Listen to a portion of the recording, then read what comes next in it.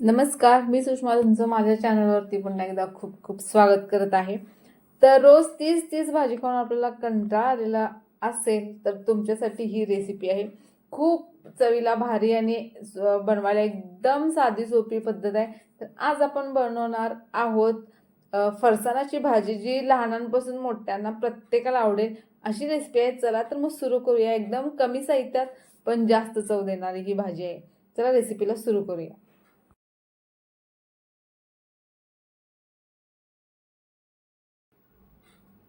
तर सगळ्यात पहिल्यांदा मी गॅसवरती एक कढई ठेवलेली आहे. तर कढई छान गरम झाली की त्याच्यामध्ये तेल टाकायचं. तेल सुद्धा छान गरम होऊ द्यायचं. आणि तेल छान गरम झाले की त्याच्यामध्ये सगळ्यात पहिल्यांदा टाकायची मोहरी. तर मोहरी तेलात छान तडतडू द्यायची. तर मोहरी तर तेलात छान तडतडलेली आहे. त्यानंतर आपण त्याच्यामध्ये टाकायचं जिरं. जिरं मी अर्धा चमचा याच्यामध्ये वापरलेलं आहे. तर जिरा आणि मोहरी तेलात छान आता आपण हे परतून घेऊया आणि ते दोन्ही सुद्धा छान तडतडलेलं आहे तेलामध्ये. त्यानंतर आपण याच्यामध्ये एक बारीक चिरलेला कांदा टाकायचा आहे आणि तो सुद्धा आपल्याला तेलात मस्त असा भाजून घ्यायचा आहे.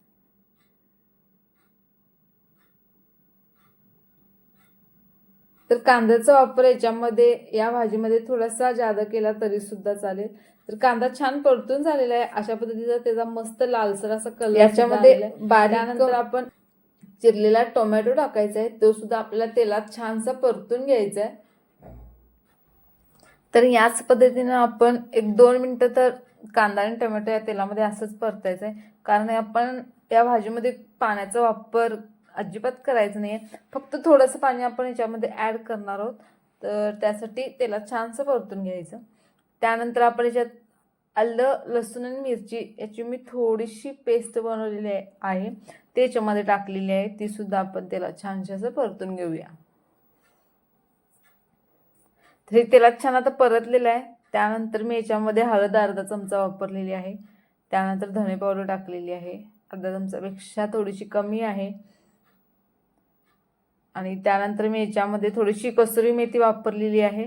तर ती हातावरती थोडी क्रश करून याच्यामध्ये टाकलेली आहे. त्यानंतर आपण याच्यामध्ये लाल तिखट वापरायचं आहे. आपण याच्यामध्ये थोडीशी मिरची सुद्धा टाकलेली आहे, त्यामुळे लाल तिखट थोडंसं कमी वापरायचं. त्यानंतर आपण याच्यामध्ये कढीपत्ता टाकले. कढीपत्त्याचे मी 2 ते 3 पानं अशी थोडीशी कुस्करून याच्यामध्ये टाकलेली आहेत. तर हे सर्व मसाला आपण परत एकदा मिक्स करून घेऊया व्यवस्थित. आणि तो मसाला पूर्ण मिक्स झाला की त्याच्यामध्ये हा मी फरसाणा घेतलेला आहे. तर हा फरसाणा अगदी रेग्युलर जो मिक्स फरसाणा असतो तो आहे. म्हणजे जेणेकरून फक्त शेवच नाही आहेत किंवा असं वेगळ्या पद्धतीचा अजिबात फरसाण नाही. रेग्युलर आपला जसा फरसाण असतो त्यात प्रत्येक घटक असतो. तर असा फरसाणा घेतला आहे, मिक्स फरसाण आहे, तो आपण ह्याच्यामध्ये वापरायचा आहे.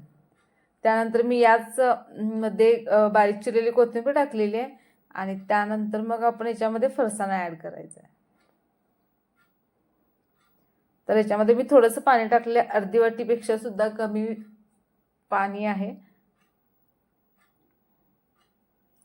तर आपला कढईमधला जो मसाला आहे तो मस्त पाण्यात मिक्स करून घेऊया आणि त्यानंतर आपण याच्यामध्ये फरसाणा ॲड करून घ्यायचा आहे. तर फरसाणा मस्त असं याच्यात व्यवस्थित मिक्स करून घेऊया.